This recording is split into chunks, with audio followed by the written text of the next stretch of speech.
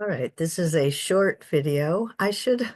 I'm looking at myself on these videos and going, you're too serious. So I'll try to smile a little more and be a little more cheerful. Um, so this is a short video about your paper number one.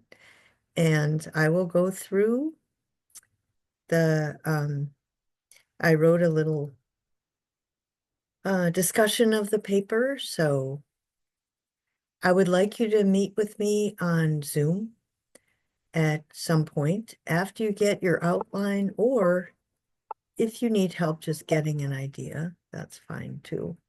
So the question is, how does US culture either promote or hinder or undermine human health today? Use Aristotle's model of holistic health and human flourishing. And it's 1,000 words, 3 or more short quotes. So the class began with the chapter on great ideas, and then this model of Aristotle's model of flourishing. So here's a quick summary, right? Temperance is self-control in relation to food, drink, and sex. In relation to sex, sex should be linked to long-term commitments and the creation of a life history that's meaningful, because it's dedicated to something greater than pleasure. So it might be if you remember with ambition, everybody tries to find their sense of calling and then get the licensing necessary and go and exercise that in a way. Your calling includes what you can do that helps society the most.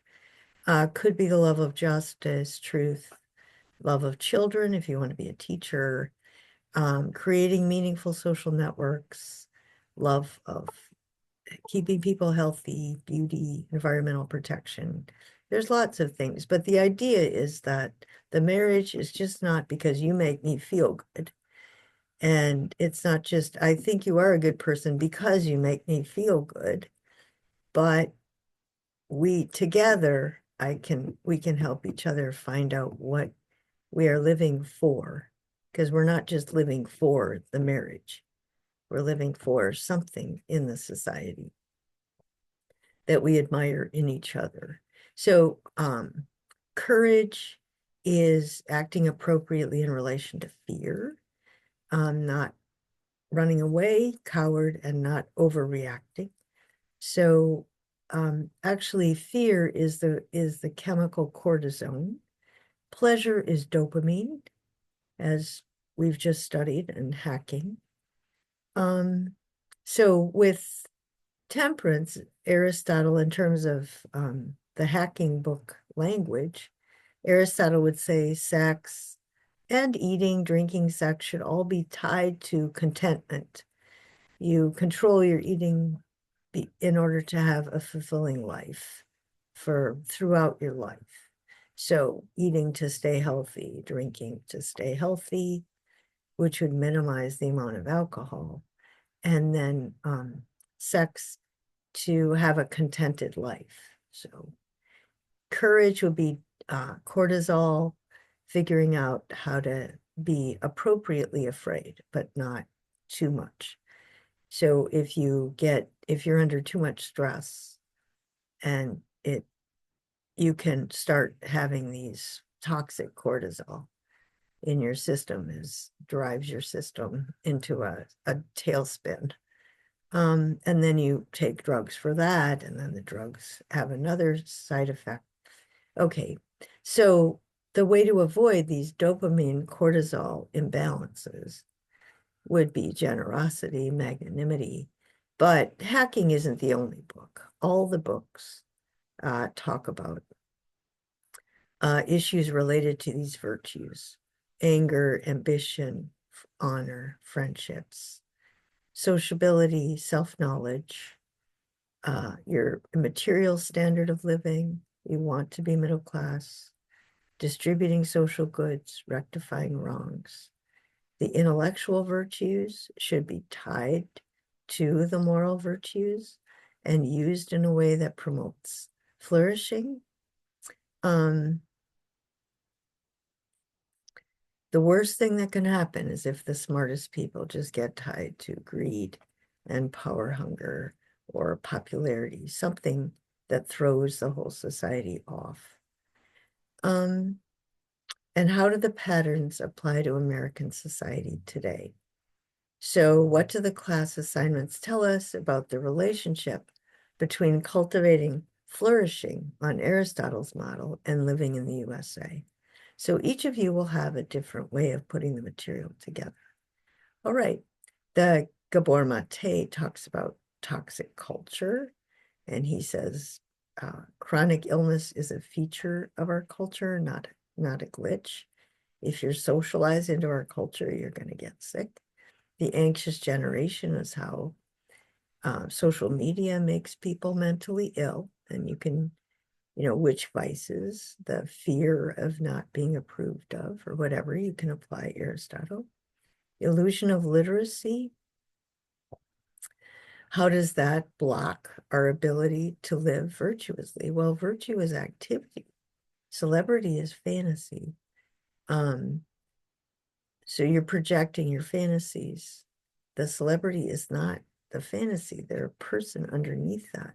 Celebrity culture creates this illusion, and then we're not reading enough to find out what's actually going on, and we're not living enough. The illusion of love is another fantasy that blocks our ability to actually have a committed relationship to a real person. You have to have a character strength to be able to have a long-term committed relationship. Burn book was about Zuckerberg and the other .com folks, and that they're so corrupted, they're just in it for money. They claimed at first to be, cutting edge, you're going to change the world, and then not. Illusion of wisdom, the way that elite universities are corrupted by wealth and power. The disadvantage of an elite education. Again, if you remember with Aristotle, there was the obligation of the nobility. People who have privilege are obliged to use it to benefit everyone. The illusion of happiness, the way trained psychologists are using their behavior modification techniques to get rich, to condition people to like corporations, or to torture people, to promote, power. The illusion of America. So he talks about how greed has undermined American society. The hacking of the American mind was the way the food system has disrupted our bodies, makes it much harder to have a virtuous and flourishing life, and how the political system has been corrupted by greed. And then we did have that reading early on. What is college for? So do you think, what do you think it means? And if it is true when he says college should give you a rich inner life, independence of mind, self-awareness, an opportunity to find your own path in life, where you learn solitude, you learn to enjoy your own company, you understand you've been indoctrinated into your society, right? He says society is the system of indoctrination. So how have you been indoctrinated or habituated? Have you internalized illusions?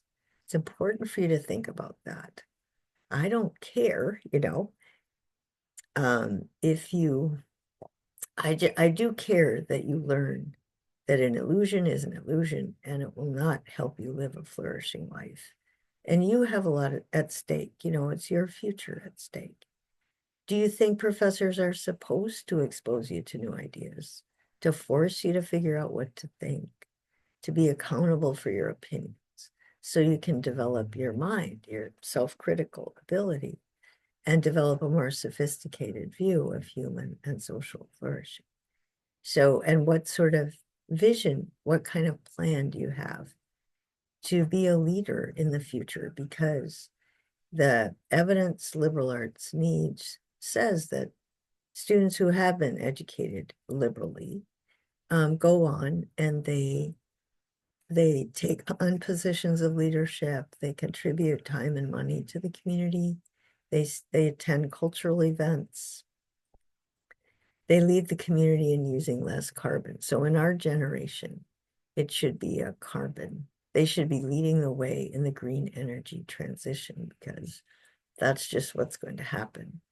Do you think college should teach you to think like a citizen? And do you want to learn that skill? So you can, any sort of, you don't have to answer any of those questions. You can focus on any of the particular readings.